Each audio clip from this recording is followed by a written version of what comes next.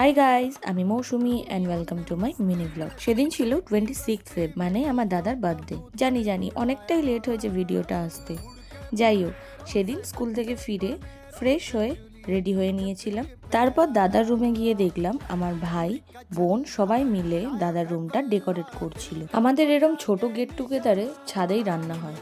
তো আমি ছাদে গেলাম, ছাদে গিয়ে দেখলাম মাসি, কাকিমা, দিদা সবাই মিলে রান্নার জোগাড় করছে। ওখানে কিছুক্ষণ সময় কাটিয়ে নিচে এসে দেখলাম ডেকোরেশন ডান, খুব সুন্দর সাজিয়েছিল ওরা। এরপর আমরা দাদা আসার অপেক্ষা করতে থাকলাম, কিন্তু এই অপেক্ষাতে সবারই প্রায় খিদে পেয়ে গেছিল।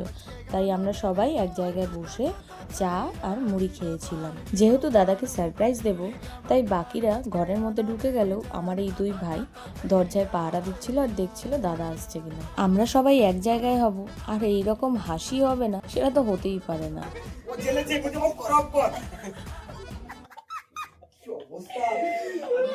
And then সারপ্রাইজ, ঠিক এইরকমই অবস্থা করেছিল আমার ভাইরা মিলে, আর ওর রিয়াকশনটা ছিল এইরকম।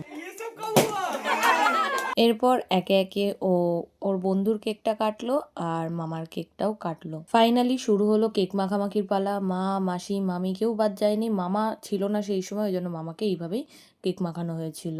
দাদার বার্থডের পরের দিনই ছিল মা বাপির অ্যানিভার্সারি, আর পরের দিন মানে 27 তারিখ ছিল একাদশী। তো আমার মা বাপি একাদশী মানে, তো সেই জন্য সেই দিনেই মা আর বাপি অ্যানিভার্সারির কেকটাও কেটেছিল। মা বাপি জানতেও না, যদিও সেটাও সারপ্রাইজই ছিল।